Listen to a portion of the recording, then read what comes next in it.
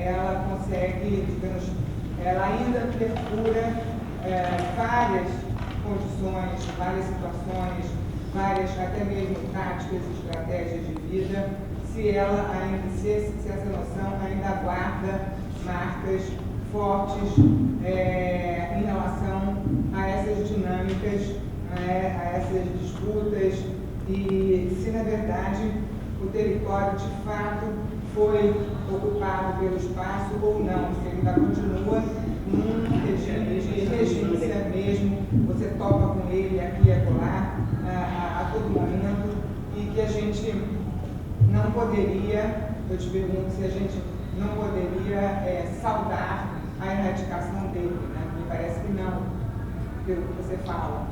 Então, basicamente, você fala de território, espaço e lugar, mas o tempo todo, há uma espécie de, como você disse, de territorialização dos espaços. Então, essa questão da Janice, essa ideia, eu pergunto agora para a Janice, essa ideia da comunicação da diferença, que é alguma coisa que eu me pergunto se você acha que de fato hoje essa questão está um pouco com seus dias contados, essa ideia, né, da comunicação da diferença, uma vez que tudo aquilo que você mencionou a respeito do coletivo, né, vai se colocar essa relação, né, com o coletivo, como você diz, vem se perdendo. Então, eu me pergunto se justamente a noção-chave para turbinar a ideia do coletivo não seria a diferença, e se ambas estariam, né, ameaçadas hoje. Queria perguntar, propor, né, essa ideia, se hoje a gente percebe, em relação ao jovem leitor, né, que tem problemas com essa questão da manutenção da inteireza de uma leitura, da completude absoluta, e, portanto,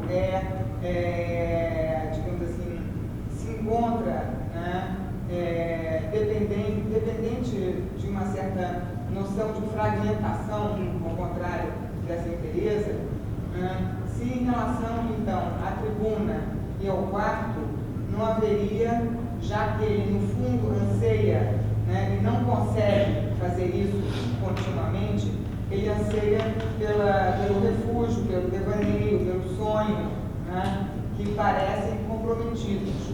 Será que eles estariam excessivamente atravessados pela ideia de tribuna, em certo sentido, hoje, né, fazendo essa inversão justamente e desejando o quarto, mas esse quarto não parece algo, digamos assim, que se perdeu ou que se desfigurou em relação à tribuna, por exemplo? A tribuna seria todo esse excesso de relação com a leitura tecnologizada, publicizada. Ana? Não vai abrir mais pergunta, não? Eu acho melhor abrir mais um pouco, não acho? Vocês acham? O pessoal fala mais, depois a gente comenta. Eu não sei. Só para dar mais voz. Eu acho que a gente fala muito, fica te pegando, a gente calma. Ninguém mais fala, vocês estão mais cedo. Boa tarde, meu nome é Patrícia Mantes. Vocês estão ouvindo? Agradecendo mais uma vez ao Cesário pela oportunidade do debate e às três pela mesa maravilhosa. Enfim, fiquei pensando aqui várias questões, sobretudo quando, enfim, a gente pensa em cidade, eu trabalho com juventude de cidade, há um certo tempo, então, para mim, a questão da desigualdade está sempre colocada, né? E aí, eu queria, enfim, pensar junto duas questões. Uma é isso, o acesso à leitura, a possibilidade de produção dessa subjetividade a partir da leitura, e eu adorei que tanto Janice e Ana pensaram a leitura em trânsito, mas eu também fico pensando que eu ouvi vários relatos de jovens que fazem a produção da escrita também em trânsito, que eu acho que a Ana trouxe um pouco, né? Eu queria saber como é que aparece nas pesquisas de vocês as questões relativas às desigualdades. Ana tocou um pouco, mas eu queria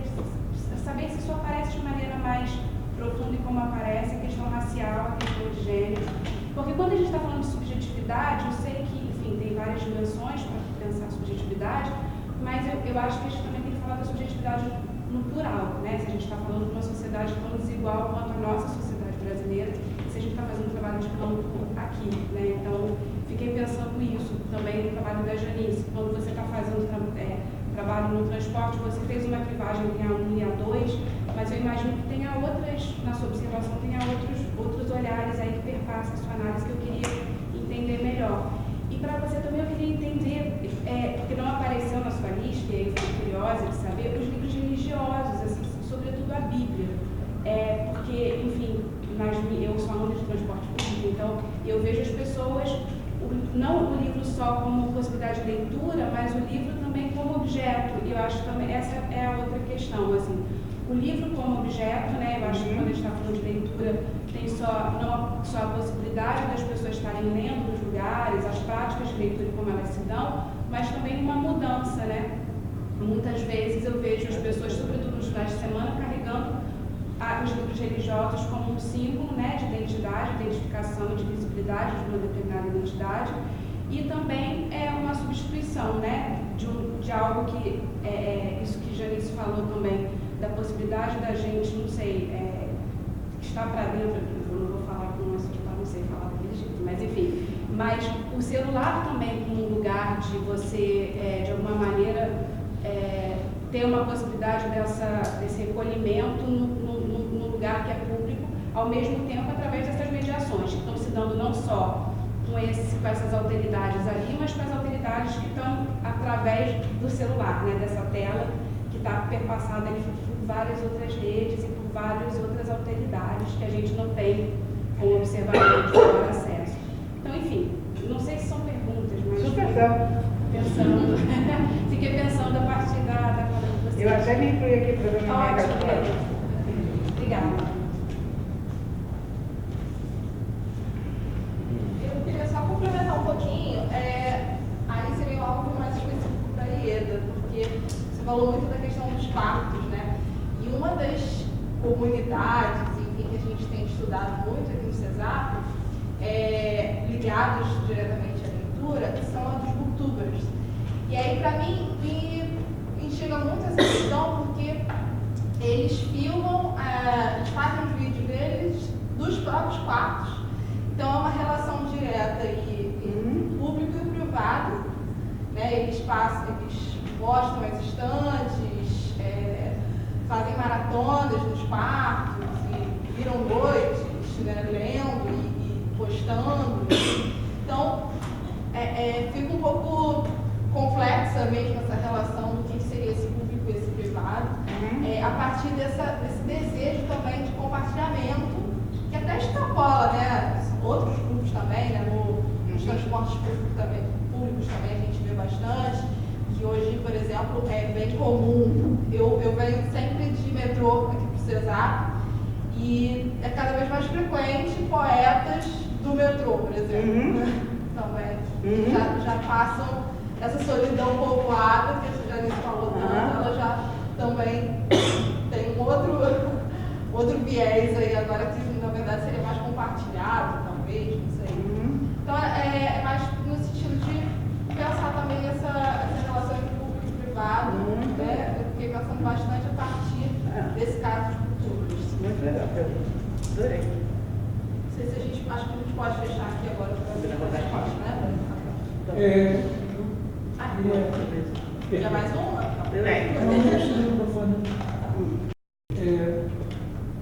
Janice, eu achei muito interessante a sua colocação de que o outro, né, me distrai de mim mesmo, né, na medida em que vejo a alteridade.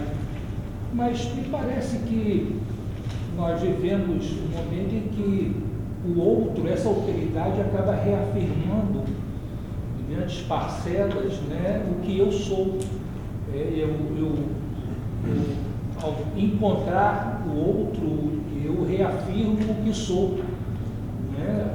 Então, a alteridade e reafirmação de certos valores, como a Ieda colocou várias vezes, parece que há um conflito nisso. Como é que a gente, uma sociedade que, diria até que poeticamente, né, ela deveria se distrair com o outro, ela consegue, nesses espaços todos de convivência, ela consegue se reafirmar, ela vê a partir do outro, ela vê a sua origem, vê a sua própria formação, né, seus preconceitos, ela está se fechando cada vez mais essa alteridade. Por quê? Por que nós não conseguimos essa poética, essa visão poética de distrair de mim mesmo, de coisa mais bonita, né? Por quê? Como é que vocês veem esse momento que nós não estamos mais nos distraindo com o outro, né? Por quê? Desculpa, gente. Só vou fechar com a última pergunta, que senão a gente também extrapola o tempo. Puedo hacerlo sin micrófono. Boa tarde, eu falo espanhol, pido disculpas. He tenido un curso acelerado de portugués. Voy a hablar sin micrófono. Y aún así.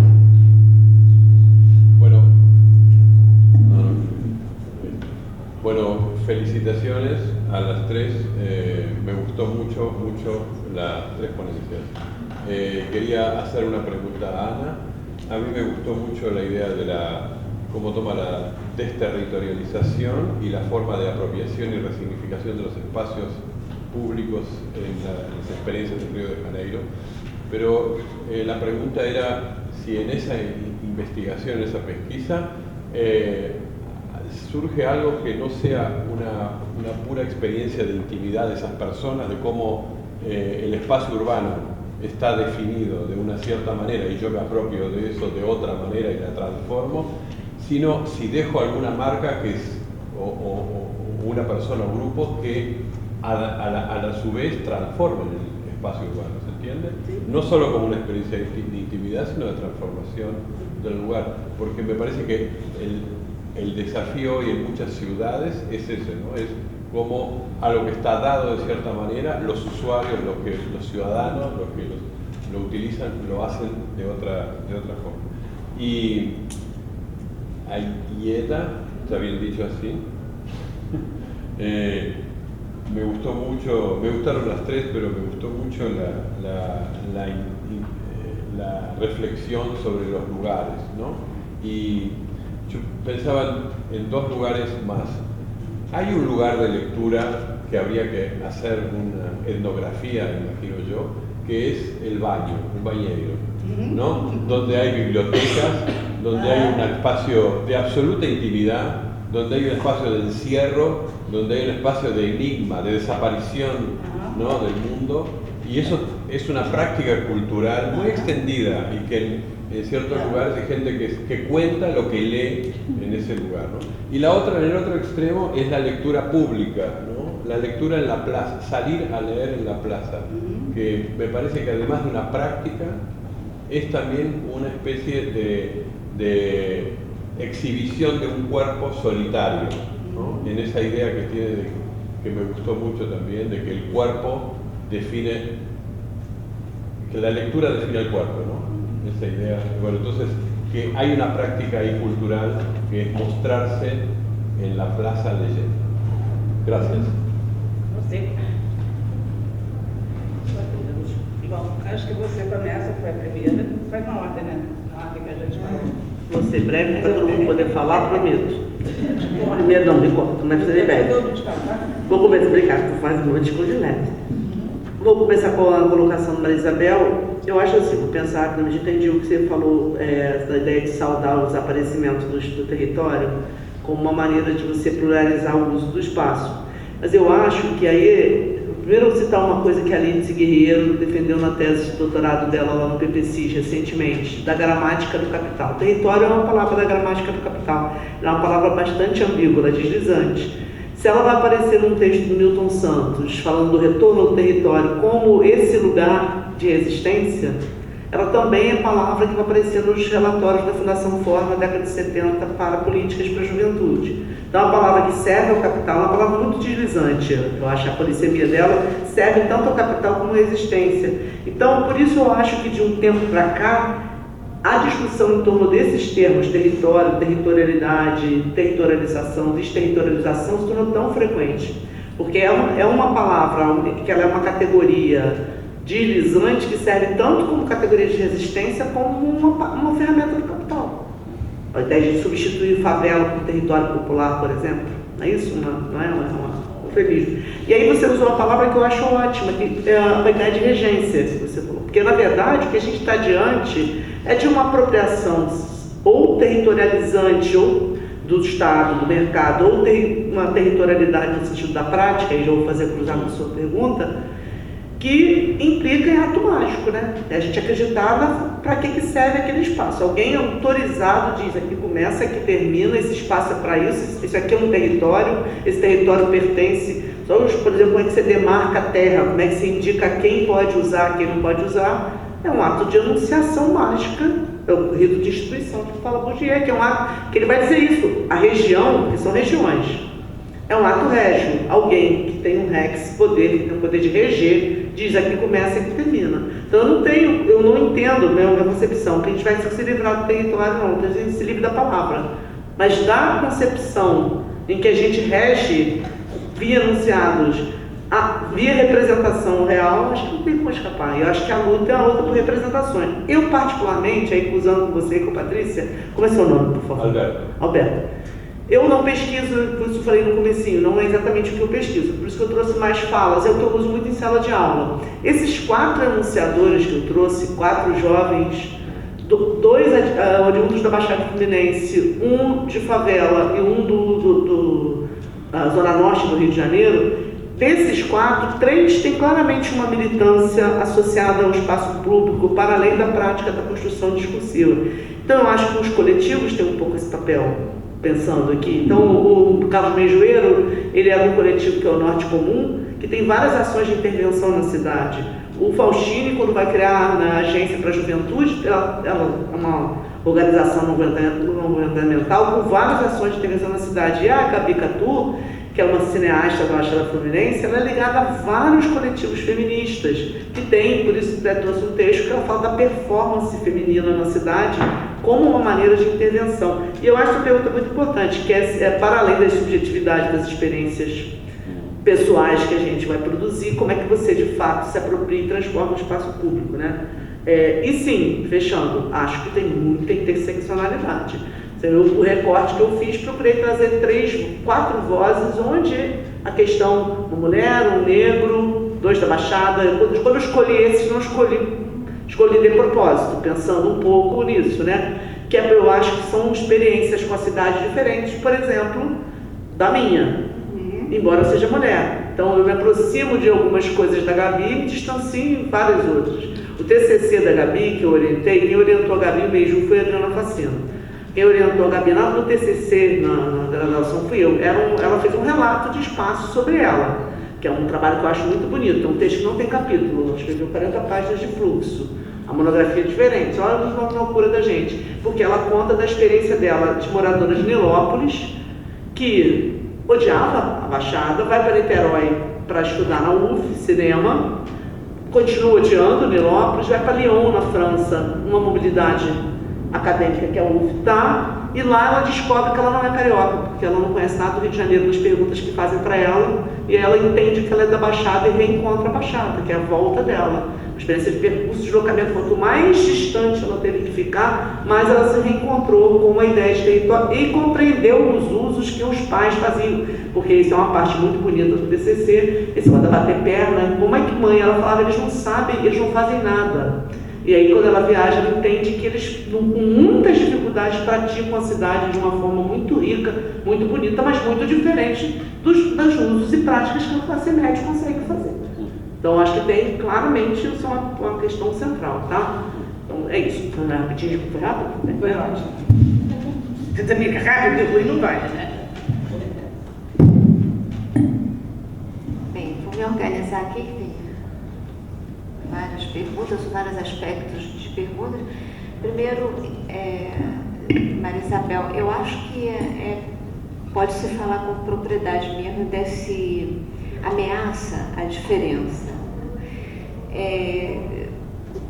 Quando vamos falar do espaço urbano e dessa nova incidência sobre ele, justamente, eu acho que você se refere a isso, esses novos dispositivos, né? Nos inícios da internet houve um elogio muito imediato, um elogio, uma espécie de talvez fácil, né? Que se falava que ela ia nos trazer, inclusive a democracia, a diferença, eram todos conversando com todos, ia nos trazer uma espécie de anonimato, e depois vem repertórios como o Facebook, que hoje estamos na era do selfie, né? Em que, ao contrário, esse ego ele é cada vez mais retratado. E hoje cada vez mais se percebe que, por exemplo, a questão da vigilância, como acumular dados de indivíduos planetariamente, como isso é uma forma de controle violento que a gente vive, né, no nosso contemporâneo. E no que diz respeito ao espaço da diferença das cidades, que nem sempre vinga, né, não está uma experimentação, tudo isso que eu falei, uma experimentação garantida. Né? Ela tem na sua própria prática a sua garantia, é preciso fazê-la. Né? Mas esses dispositivos estão tendo alguma incidência. A gente pode pensar nessa incidência do automóvel, por exemplo, que foi uma forma de privatização violenta do espaço que criou as cidades dependentes do automóvel, acompanhada da televisão, que é uma mídia tipicamente familiar que você assiste na sala de família. Né? Houve toda uma espécie de arranjo, né, de organização comunicativa do automóvel e da televisão, que se consolidou sobretudo nos anos 50, que começa talvez nos anos 20 nos Estados Unidos, que é um lugar onde se produziu tipicamente configurações de cidade dependentes do automóvel, e que mudou radicalmente o aspecto das cidades. Será que essas novas formas de presença vão mudar tanto vão interferir tanto quanto o automóvel? Talvez não, mas elas conseguem, evidentemente, elas promovem alguma coisa. Por exemplo, o chamado e-commerce, né, o comércio via internet. Se um dia, na época, né, do automóvel, já o correio, né, esvaziava as lojas, as compras por catálogos, estou pensando muito nos Estados Unidos, que foi pioneiro disso aí, né? Isso promove chegar, já há décadas atrás, você podia chegar em lojas, em cidades dependentes do automóvel, que não tinha estoque nenhum, porque você tinha que comprar por catálogo. Hoje, o e-commerce está esvaziando quarteirões até de uma cidade tão pujante, tão intensa como Nova York. Você compra, você não precisa sair para comer, você compra via internet e chega pelo correio. O correio ainda tem que ser bastante ativo, porque levar comida e artigos na casa de alguém ainda é material isso, né? Mas então eu acho que é constatável que há um esvaziamento do espaço público em alguma medida, de diferentes formas. Daí é interessante os estudos empíricos que vão impedir de generalizar, vão ver caso a caso. Agora, o que eu acho que ameaça a diferença, eu acho que isso é constatável, é a questão da imprevisibilidade. Essa coisa do imprevisível que também dá medo, que também às vezes pode ser imprevisível, pode ser um encontro com um assaltante, o que pode aumentar muitos riscos. Esse imprevisível acho que um grande operador de diferenciação nos espaços diversos das cidades. E o smartphone, esse tipo de comunicação que nós estamos cultivando, traz uma série de filtros. Né? E aí, até a terceira parte da sua pergunta, como é seu nome? Patrícia. você fala essas alteridades, né? É claro que são as alteridades do celular, da internet. Evidentemente que há produção constante de alteridade, também diferenciação em todos os lugares. Mas eu acredito que, no que diz respeito a esse meio intenso e variado das cidades, do imprevisível, ali há também muitos filtros, né? No início, logo se estipulou que aquilo era produtor de multiplicidade. Mas aí vai se vendo e como, de fato, existe um múltiplo aí um pouco enganoso que não produz exatamente multiplicidade. Há uma série de filtros, há uma série de maneiras de... Por exemplo, você descobriu o e-mail, que já está meio antigo, né? Logo que ele começou, uma coisa sobre o que eu escrevi também, que logo me surpreendeu e me chamou a atenção, é a questão do novo tipo de violência que aparecia com os e-mails também. Você via pessoas que, pessoalmente, elas não eram violentas, verdadeiros bullies nos e-mails. E que hoje, começa a ter uma forma de escritura que parece encorajar, um negócio imediato que você pode falar, atingir outro.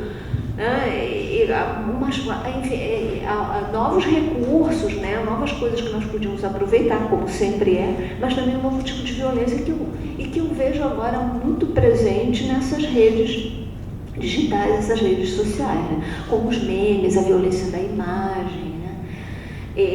Então, essa alteridade que vai se produzindo, evidentemente, está sempre produzindo alteridade e a sua conversão para o mesmo, constantemente.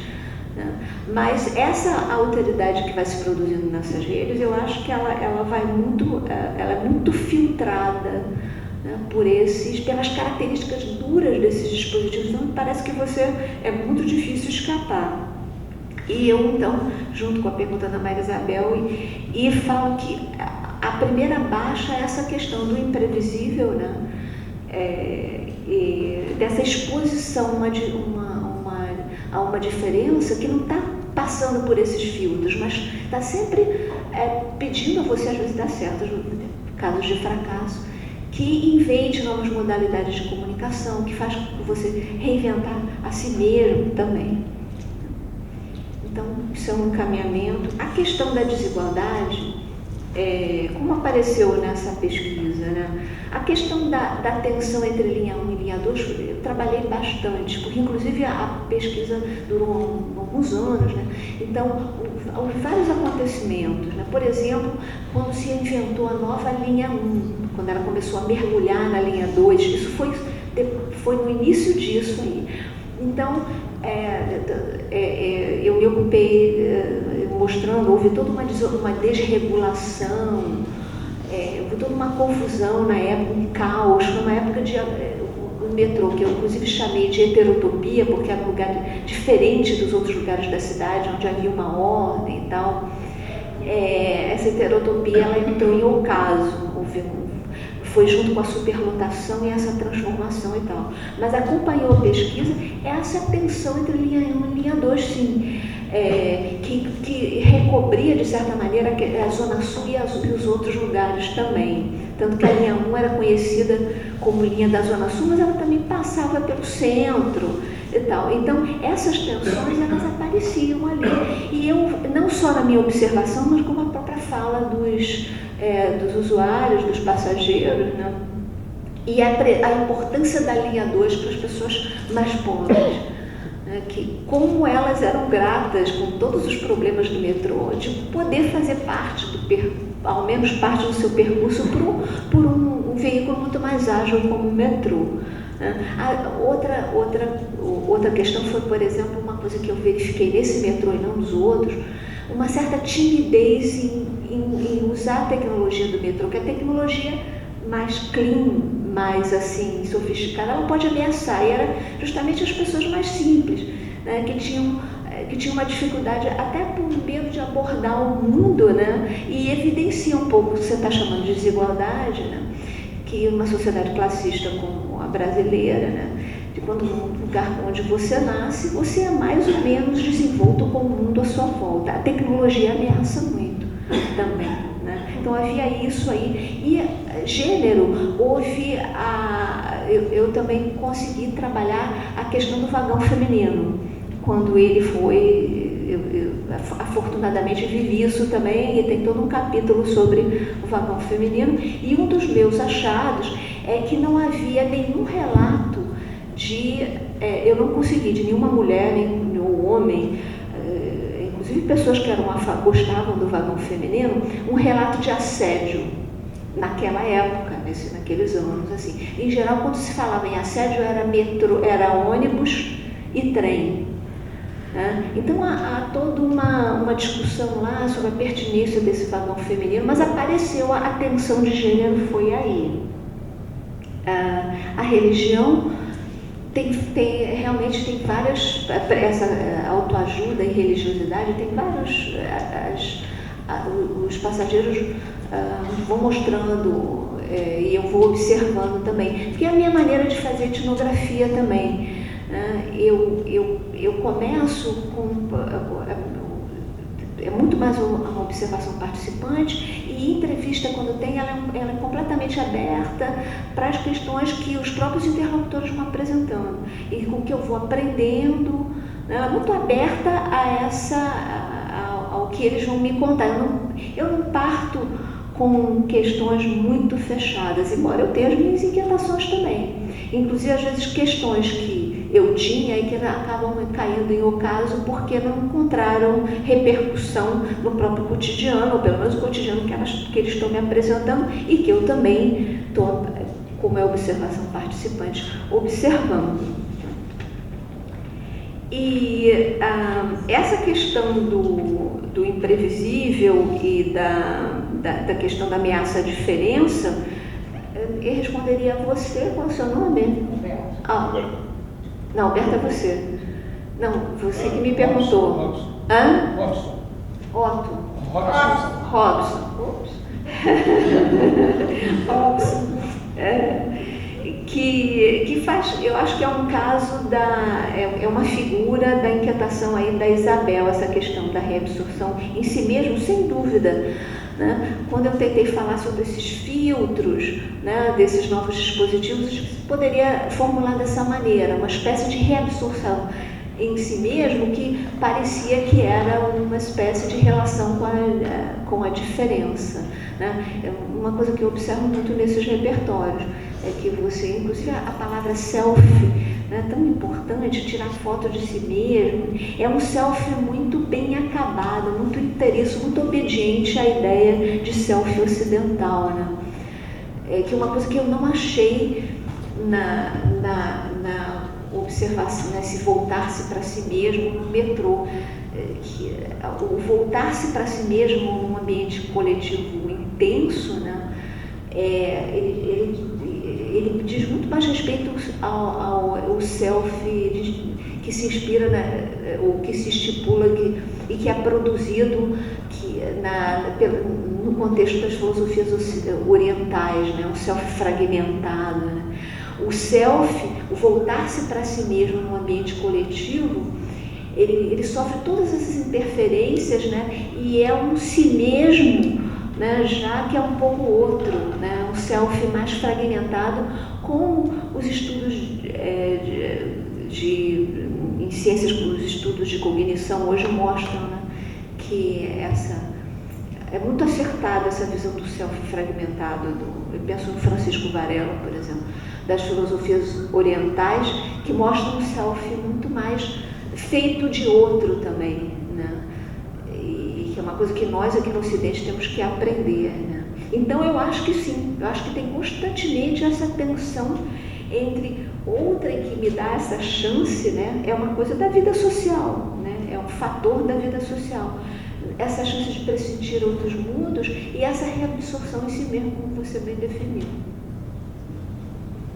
Então é isso, eu acho que eu tenho que responder agora isso. Bom, eu adorei as perguntas. Pena que a Isabel não fez isso 2 semanas atrás, porque agora eu não quero mais mexer no texto. Eu só posso contar, não posso botar mais. Né? E se eu fizer mais alguma coisa, eu vou ter mais 3 dias para ficar pensando em cortar, não vai dar tempo. Mas enfim, as perguntas foram ótimas e elas realmente, quer dizer, cada vez que a gente fala sobre o que está escrevendo, a gente, né, recebe de volta, por isso que eu digo que dá aula, inclusive, é uma situação de vampiro. Na verdade, você chupa a energia, as perguntas dos alunos, né, e elas se transformam em questões suas. Enfim, bom, eu vou chamar de Bebel, porque para mim ela é Bebel, a gente é há muitos anos e muito próxima. E a gente tem esse embate, essa nossa conversa sobre tecnologias, vem de lá desde o início dos tempos. Eu acho o seguinte, Isabel, certamente a fragmentação é uma estética e uma ética do contemporâneo. Mas eu acho que a literatura contemporânea também é uma literatura mais fragmentada. Então a gente teria que pensar em 2 situações, né? As pessoas que estão nesse universo mais fragmentado, lendo a literatura dos clássicos, tá? E as pessoas que estão produzindo literaturas mais fragmentadas, sendo lidas pelos que liam os clássicos. Eu acho que você hoje tem uma composição disso. Você viu que ela trouxe, por exemplo, de produção de escrita, é uma produção fragmentada. Então, ela acompanha uma leitura fragmentada. O que a gente tem hoje é um intervalo, um gap, não sei, entre um modelo de leitura, mas também um modelo de literatura que é o nosso canônico.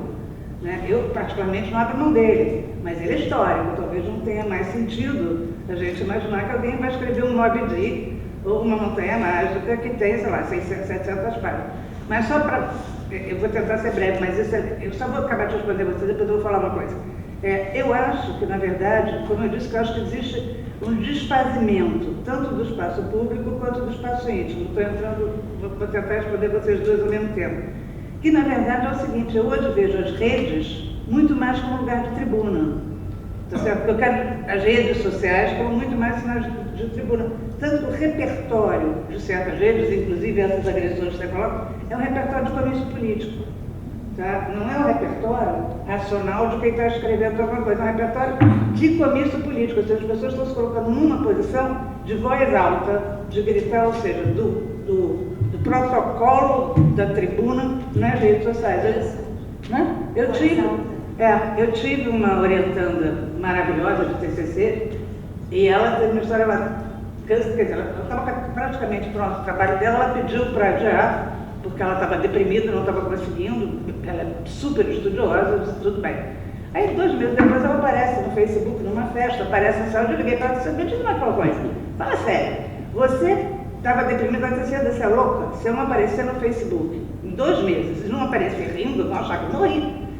Você não aparece no Facebook quando você está triste, mas não pode desaparecer por muito tempo.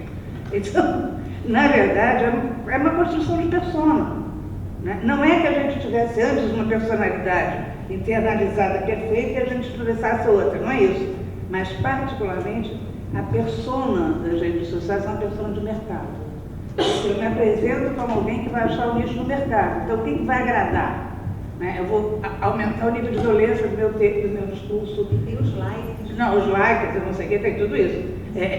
Uma das frases que eu usei no meu livro, isso é spoiler, tá? É o seguinte, é uma declaração de amor, tá? É bonitinho. É assim, você é como o Google, em você eu encontro tudo que procuro.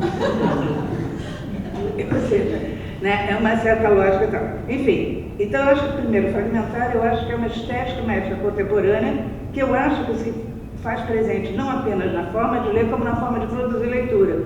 E talvez, eu estou pensando no Virilio, por exemplo, se a gente não tem mais a mesma visão, porque tem mais visão periférica por causa do mundo das imagens, talvez a conexão dos fragmentos seja um novo modelo de aprendizado, de conhecimento, etc. Né? Eu acho, como eu disse para você, eu sou do outro mundo, estou querendo voltar para o século XIX. Né? Eu não posso imaginar minha vida em ciências clássicas, mas eu tive uma experiência muito legal. Eu tinha uma turma, isso foi em 2009, tá? Já tem bastante tempo. Uma turma genial de graduação, a gente teve sorte, a época tem os alunos maravilhosos. Não estou dizendo que aqui não seja, mas os meus eu conheço. Então, eu começava a ser assim, você lembra o filme tal, o livro tal, ninguém tinha visto, lido nada, vocês são os mendigos de sentido, não dá para conversar com vocês. Então, eles me fizeram um convite, é uma espécie de aposta, que eu tinha que fazer uma lista de 20 livros e 20 filmes que uma pessoa teria que ler e ver até os 30 anos para ser considerado razoavelmente civilizado. Essa era a nossa discussão. Civilizado. E aí, eu como achei, naquele momento eu achei que devia ser democrático, eu convidei acho que 20 pessoas, você estava junto. 20 pessoas e tal. Meu namorado na época era economista, ele fez uma tabela Excel, e aí eu fiz uma coisa para ver quem votava em quem. Eu descobri coisas geniais que eu acho que tem tudo a ver com o afeto da leitura. Primeiro é o seguinte, as pessoas respondiam, e depois que a lista ficou pronta, que eu submeti assim, mas como? Tem Balzac, não tem Stendhal? Eu botei Stendhal na lista, tipo assim, a minha lista não foi a primeira, não foi a melhor, mas o filme do Woody Allen, como o Match Point e não outro? Por que esse? Sabe assim, escuta, você tá louco? Cadê o Visconti? Eu digo, o Visconti está aqui, porque também não deixaria pensar. Assim, mas você não tem Edgar Allan Poe, essa lista está péssima. Então assim, passei um tempão ouvindo críticas das pessoas que tinham respondido as listas, porque os livros delas não tinham escrito os livros, tá claro? Os livros delas, que elas consideravam os livros que elas faziam ser o que são, estavam sendo disputados e perdendo disputas. Eu achei muito curioso ver que tem esta relação com a literatura que não se mensura por outras coisas, é muito mais pelo que ela, de alguma forma, leva. Então, enfim, não sei se eu estou te respondendo, mas eu estou encaminhando uma questão que é minha também. Como eu disse que eu sou no século XIX, todo dia me assombro para o século XXI, mas eu não tenho jeito a não ser continuar pensando aqui. E estou pensando muito em cima desse fragmentário, porque eu acho que, por exemplo, gente como Benjamin, há muito tempo atrás, já colocava o fato que a leitura ativa é uma leitura que interessa. Talvez a leitura de fragmento exija mais atividade, no sentido de interatividade, do que uma leitura com início, meio e fim na narrativa clássica. Tem sido a estética do cinema contemporâneo, da arte contemporânea de uma forma geral, então não sei muito bem porque teria que ser diferente nesse campo. Eu não tinha pensado nisso antes, mas essa é a novidade do livro. Respondendo a você dos youtubers, eu vou dizer assim, eu fiz um texto há muito tempo, aquela coisa de idade, sabe, esqueci o nome da personagem. Mas em 2000, qualquer coisa, bem no início de 2000, tinha uma moça, americana só podia ser, de 16 anos, que botou uma câmera no quarto dela e ficava 24 horas por dia transmitindo. E cobrava e ganhava dinheiro. Eu achava esquisitíssimo aquilo, né? Uma espécie de Big Brother mais estranho. E aí depois, ela começou a namorar, aí se ela fosse transar com o namorado, tirava, teve toda uma discussão, tira a câmera, não tira a câmera, etc. O que eu quero te colocar é o seguinte, quando você está falando dos youtubers, eu acho que existe uma ideia de, na verdade, é uma interseção de espaços, ou seja, é a ideia de um espaço íntimo compartilhado. É como se a ideia da comunidade, aí é uma pergunta que eu estou fazendo, não é nem uma resposta, a pergunta da comunidade tivesse menos a ver com a copresença e mais com o interesse comum. Então, nesse sentido, estaria mais próximo da ideia que o jornal plantou. Ou seja, as pessoas não precisam estar no mesmo lugar para estarem recebendo o mesmo caldo de informação. E o grupo dos youtubers é um grupo dos youtubers. Eu, por exemplo, entro no YouTube quando eu quero ver uma música ou alguma coisa, ou quando tenho uma palestra, mas eu não sou frequentadora de youtuber. Então, essa comunidade é uma comunidade que também se autorregula em função, né, dos modelos de interesse que vão aparecendo. Enfim, são novas possibilidades que estão rolando. E estão surgindo coisas ótimas, coisas horrorosas também, porque a vida tem dessas duas coisas. Adorei essa etnografia, amei de paixão. Eu me lembrei de duas coisas geniais. Primeiro, a minha sobrinha, que tem 2 anos e meio, a gente está tentando tirar de falar, sobrinha neta, que quando ela quer ir agora para o Pinico, ela pede um livrinho, porque ela vê o pai e a mãe, então ela só vai para o Pinico se ela tiver um livrinho. Eu fiquei de livro de pano de bebê, né? Então é engraçadíssimo, porque a Juju faz assim, cadê o livrinho? Isso quer dizer que ela quer fazer cocô, desculpando. O que é uma cena engraçada. Mas eu acho que tem esse hábito mesmo. Tem uma amiga que chama na casa dela, gabinete real de leitura. Ela apresenta o banheiro que ela reformou. De qualquer jeito, você tem toda a razão. E eu tenho um amigo que se chama Eduardo Cunha Alves, que é de Sergipe, é da Universidade de Psicologia da Universidade de Sergipe, que está trabalhando com a relação entre o espelho e a subjetividade. Espelho não, banheiro e a subjetividade. E eu rio muito com ele porque tem coisas muito engraçadas, inclusive. Né? Cenas que têm a ver certamente com essa etnografia. Mas eu tenho a impressão, inclusive, que a leitura altera o tempo metabólico do organismo, sabe? Quer dizer, né? De certa maneira, não é o tempo metabólico que funciona, mas o tempo de você começar e terminar uma leitura, né? Indica uma coisa especial. Em relação aos poetas do metrô, que eu acho que tem a ver também com você fala da exibição do corpo solitário, olha, há anos e canos tem no Hyde Park, por exemplo, o Speech Corner, né, que você imagina que é um lugar onde as pessoas vão falar de política. O que eu acho que está acontecendo, né, e isso eu acho que é muito frequente desde sempre, nos lugares públicos, os chamados artistas de rua, né, que tocam nos metrôs, que tocam nas praças, que fazem aquela coisa que eu acho interessantíssima, aquelas estátuas de corpos parados, que não é bonito e tal, né, todos pintados e tal. Mas, enfim, você tem uma produção de certos corpos, eu vou chamar de produção estética de certos corpos, e poeta, nesse caso estético também, que funcionam ao mesmo tempo, eles fazem parte da cidade, são previstos, tá? Não previstos no horário não, mas são considerados como parte da cidade, mas aparecem como existência da cidade também. Então eu acho assim, o que faz a praça pública é a frequência, né? Quando você começa a botar grade, não sei o que, não sei, ela mudou de assunto, né? Então eu vejo algumas coisas na frequência que a gente tem. E só para concluir dizendo sobre essa coisa de desigualdade e maneiras de lidar com a alteridade, eu uma vez estava atravessando a Praça Marçal da Paz, eu moro em Ipanema. Eu estava atravessando para ir para a academia de ginástica e assisti a seguinte cena, que me deixou com os cabelos em pé até hoje. Era uma senhora, mais velha do que eu, um pouquinho mais nova do que a minha mãe seria, e um menino de bermuda com a camiseta na mão, sandália havaiana e tal. Os dois se cruzaram e ele perguntou para ela, eu estava atrás dele, que horas são, por favor? Ela tirou o relógio e disse, leva, mas não me machuca. Ele disse, não, moça, é que eu faço aula de inglês ali no Brás, eu queria saber se eu estou atrasado. Quer dizer, é só para ter uma ideia de que nível de cidadania a gente está. Né? Então, nesse nível de cidadania, essa relação da estrangeiridade acho que a gente substituiu, por exemplo, né, criança abandonada por menino de rua. E o menino de rua é uma hipótese de ataque. Então, inclusive semanticamente, aí eu vou combinar que a gente tem o mundo da comunicação, que é uma parte importante do corpo nisso, né? E as políticas de Estado, então, nem pensar. Então, eu acho que basicamente, se eu tivesse que responder, eu teria que dizer que a gente, no momento, só tem uma responsabilidade, de descobrir em que lugar é possível fazer resistência. No campo íntimo, no campo privado, no campo público, porque a tendência neste governo, na política de governo do Estado, é de suspendida. Enfim, não sei se eu respondi, mas vou fazer uma etnografia do banheiro. Vou propor um CNPq. Eu tenho que Va a fazer... aumentar el libro se expande. Pois é. Tomo 2. Tomo 2. Agora tem muita essa história do celular também, o celular com as aulas. E eu queria dizer também o seguinte, o celular, eu acabei de fazer um texto dentro desse livro, que é o seguinte, os dispositivos móveis, na verdade, eles recuperaram muitas coisas que eram figuras ou hábitos que a gente teve e tem, tá? Em outras configurações, tipo assim, filme de viagem, por exemplo, que agora quando as pessoas viajam, tiram 980 fotos, estão mandando de WhatsApp, era um hábito, as pessoas antigamente, quando não tinha isso, viajavam, fazia aquela coleção de slides, e quando o seu amigo voltava, você tinha que enfrentar aquelas enormes coleções de slides que ele tinha feito, que você não tinha menor interesse, ele se colocava o tempo todo, então, né, alguma coisa. Os filmes de família, os irmãos do Mer começaram a fazer filmes de família. Agora, tem uma amiga minha que diz que o dia que ela não... Como é que é? Um dia sem fotos é um dia perdido, ela tem um bebê.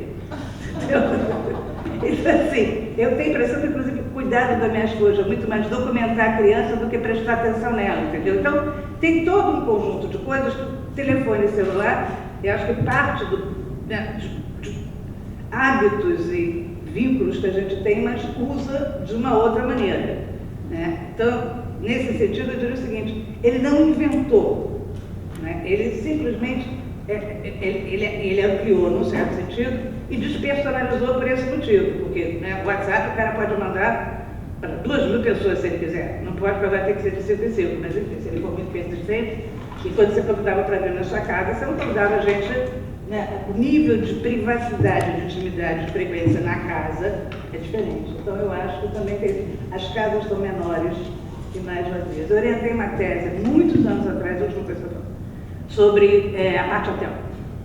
E o título da tese era Hospital dos Corações Solitários. Foi bem no início, a ideia era assim, a maior parte dos frequentadores dos hotéis, né, dos hotéis, eram homens que se divorciavam e não sabiam fazer absolutamente nada, né, classe média alta, e que iam morar nos apartes hotéis. Então as pessoas diziam que meia-noite tinha os soluços do corredor. Mas a ideia é a seguinte, o que é um aparte hotel? É um lugar de passagem. Ele hoje virou uma espécie de modelo das construções arquitetônicas habituais. Não tem lugar para cômoda da avó, nem para porta-retratos. Os apartamentos são funcionais. Né? Então toda essa carga de memória, esse quarto de leitura, né, hoje em dia também está mais reduzido, porque você não tem mais os espaços que dão essa sensação. Então, acho que toda essa perspectiva, eu entro na casa das pessoas e vou olhar, quer dizer, eu fico olhando as estantes de rabo de ouro. Né? Se eu encontrar muito livro de autoajuda e tal, já, né, não será meu amigo para todo sempre. Agora, por exemplo, mas eu estou lendo muito no Kindle. É e-book, mas é porque o Kindle de noite, a luz vem de dentro, né? Ele facilita, é muito melhor para ler, não preciso de óculos quando eu estou com coisa. E, na verdade, eu viajo levo um monte de livros, não preciso levar um monte de livros de peso. Então, eu não substituí o livro, mas eu acrescentei. Mas a minha leitura é uma leitura de como se eu estivesse lendo um livro, não estou lendo fragmentariamente. Então, eu acho que tem esse uso da plataforma como continuidade de um outro hábito e quais são os novos hábitos que as tecnologias estão trazendo. Eu acho que essa diferença também precisa ser marcada. Obrigada pelas perguntas, outra vez.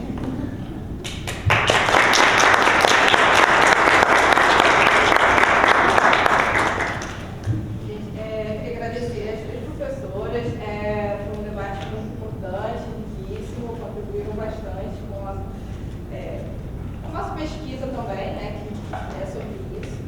Quero convidar todo mundo para participar da próxima mesa, né, que vai ser sobre leitores e seguidores, escrita e leitura compartilhada, vai começar às 6 horas, mas antes disso a gente vai ter um intervalo para o copo break. E queria registrar também aqui a presença do nosso palestrante de amanhã, que é o professor Alberto Quevedo, que vai... Que covardia, tinha que saber antes, né? Essa coisa de ficar sem saber o que eu escrevo agora está insuportável. Mas amanhã ele vai estar aqui às 15 horas com a conferência de encerramento Jovens, Tecnologia e Leitura na Contemporaneidade. 17. De 15 às 17. De 15 a 17. Quero agradecer a todo mundo pela presença também. E para o próximo. Obrigada. Obrigada. De novo, desculpe pelo atraso, a culpa não foi minha, foi de uma blitz.